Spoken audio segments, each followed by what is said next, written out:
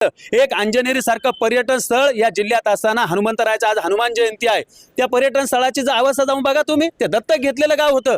कुठलेही विकास नाही, विकासाची गंगा नाही। आणि महाविकास आघाडीचे जे उमेदवार आहेत ते बळजबरी घोड्यावर बसवलेले उमेदवार आहेत। त्या बिचाऱ्यांचा काही दोष नाही, त्यांना काही लोकसभेचं काही माहीतच नाही, म्हणून ते स्वतःच्या प्रेझेंटेशन करण्यामध्ये 3 हप्ते गेले।